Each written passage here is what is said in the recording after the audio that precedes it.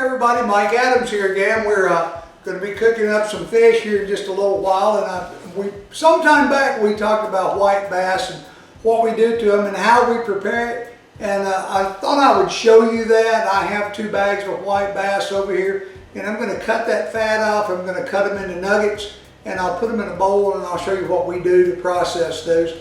And then from there, we're going to do some catfish. Now, I've already cut all the fat off the catfish and all the lateral lines out of them. So we'll take a few fillets, and I'll show you exactly what I use to make my homemade dusting with. And you can also use commercial dusting too. We like the Aunt Nona's. That's pretty good, but as it happens to be, I was in Nashville and I forgot to buy any, so we're going to make our own tonight.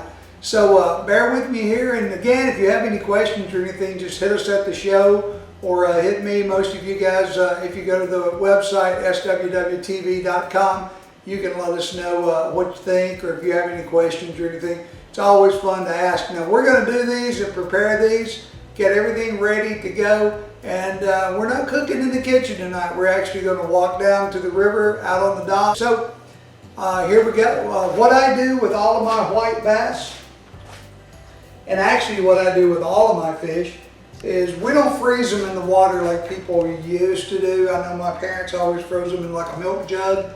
We actually vacuum seal everything. And I'd had some people say that the vacuum seal didn't, or the white bass didn't freeze that good. They didn't taste good. But as you can see, these look as fresh as the day that we filleted them. And remember, white bass, unless you really tag a really big one, it's not going to be a big fillet. You're going to have more like what we're used to in the South is catfish nuggets, and it's going to be basically white bass nuggets.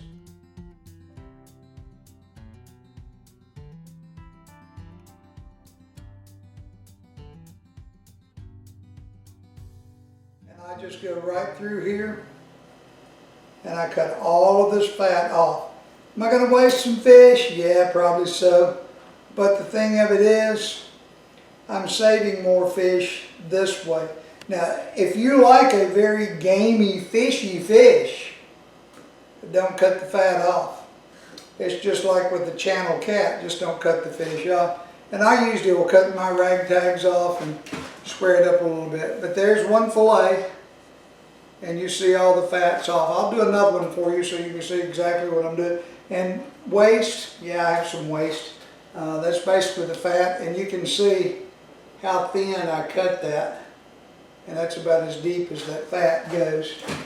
Now I'm going to go backwards on this to show you that it'll work in both directions. And again, you see how thin that is. And then you're right here. I'll clean this up a little bit. I'll leave that rib section out this time, square it up, and there's a nice piece of fish. Nice piece of fish for frying. Alright, we've got all the fat trimmed off and all the lateral lines out. You can see we have just nice, clean, white bass fillets. The next step, just use regular old tap water and cover those fillets. Once you get them covered, that's when the magic ingredients, which I'm sure you've seen. We're going to scoot over just a little bit, and this was the trick.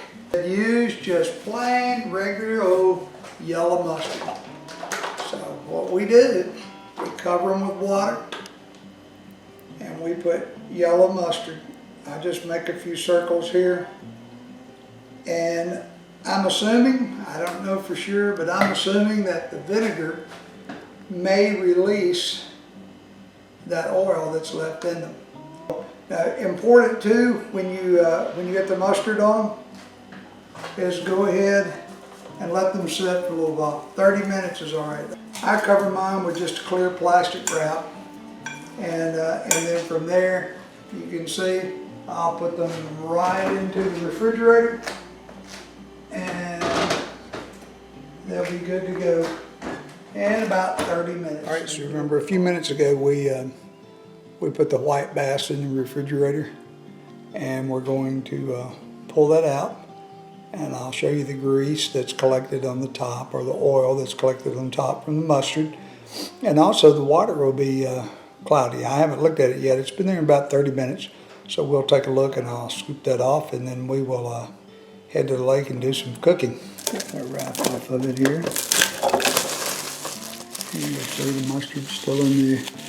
And I hope you can see it. There's a little bit of oil around the edges. It kind of clumps up. This is good. Now I'm going to use and make my own dusting tonight. But you can use like the Louisiana brand, the Zatarain's brand. You can go by our buddies up in Lebanon and get the Aunt Nona's, which is a really good one too. I use a little bit of all-purpose flour. I use quite a bit of meal. I usually use yellow meal, but I was out of yellow meal tonight. We cook a little bit of fish. I use baking powder. Cornstarch holds it together, gives it a little crunch. I use a little bit of Old Bay seasoning, and also a little paprika.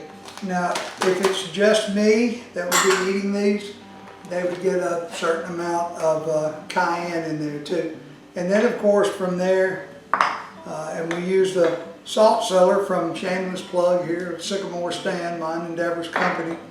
And I'll go ahead and I use kosher salt, and you'll see me pinch quite a bit. I like to have quite a bit of salt on fish, and this is just white kosher salt.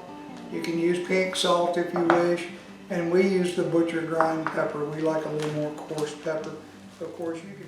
One of the things I might have failed to mention many times, what we'll do is we'll use a binder, just like when I'm smoking a butt, or I'm steering a steak that's different, or I'm doing ribs. I use what's called a binder. A lot of times I'll use mustard, but on fish, on catfish and crappie especially, I use sour cream. Just good old Daisy sour cream. I put it in a bowl, and I'll pop these fish in here and roll them around with it. And it does make the batter, the dusting, stick better. It has no flavor. It adds nothing to the fish. Put it in, shake it like we did a while ago, and you'll see right here that the coating is really no difference. These have been out here for, what, 5 minutes, and you see they're soaking up some of the batter. And the same thing, these, I'll leave them out here for just a moment, these 4 pieces. And they picked up the